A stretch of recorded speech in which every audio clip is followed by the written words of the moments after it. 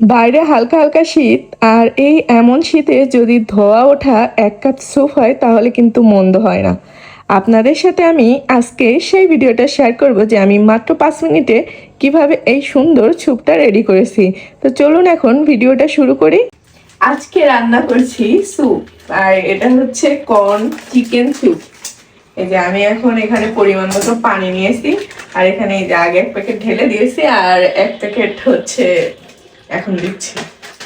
কারণ এটা যদি আমি মানে গরম পানি করার পরে দিই তাহলে সবটা জমাট বেঁধে যাবে, এই জন্য আগে থেকে এটা সুন্দর করে এভাবে মানে মিক্স করে নিচ্ছি। এই যে সুন্দর করে মিক্স। তো এখন আপাতত এটুকু স্টক থাক, তারপরে আমি চুলার জালটা জ্বালিয়ে তারপরে আবার দেখাবো। এবার হচ্ছে আমি চুলাটা ধরে দিলাম, এখন এটা ফুটতে থাকবে। আর এর ভিতরে আমি এখন এই যে লেমন গ্রাস পাতা দিয়ে দিচ্ছি, যেটা একটা অন্যরকম সেন্ট আসবে। সাথে হচ্ছে একটু লবণও দিয়ে দিব। এবার হচ্ছে এই যে ডিমটা আমি এখানে ফাটিয়ে নেব।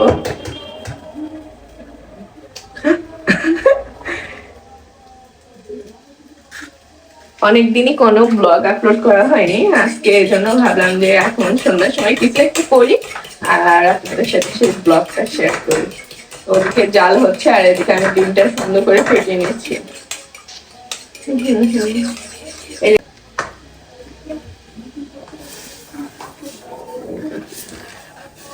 এদিকে গুঁড়ো লেগেছে, এই জন্য এমন লাগছে।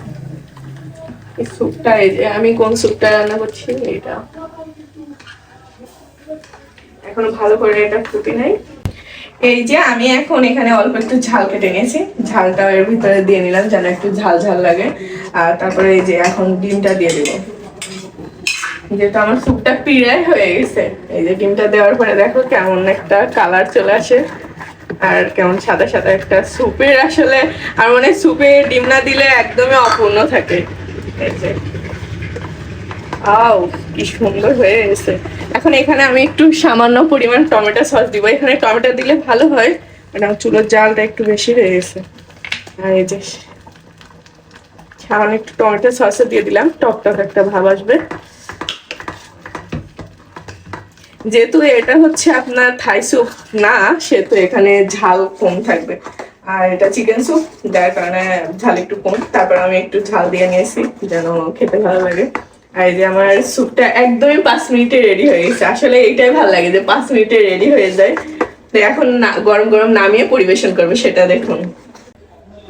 এখন আমার এটা একদমই পারফেক্ট ভাবে হয়ে গেছে, আর আমি এখন এই যে এখানে সুন্দর করে বাটিতে পরিবেশন করে দিচ্ছি। আমি স্যুপটা একটু ঘন করেছি কারণ এই পাতলা স্যুপ আমার ভালো লাগে না। দেখুন কত সুন্দর দেখাচ্ছে স্যুপগুলো। তো এই ছিল আমার স্যুপ রান্নার ফুল ডিটেলস, আর এটা খেতে কিন্তু অনেক মজা লাগে। আপনারা অবশ্যই বাসায় এভাবে ট্রাই করে দেখবেন। তো দেখা হবে নেক্সট কোনো ভিডিওতে। সে পর্যন্ত সবাই সুস্থ থাকবেন, ভালো থাকবেন। আল্লাহ হাফেজ।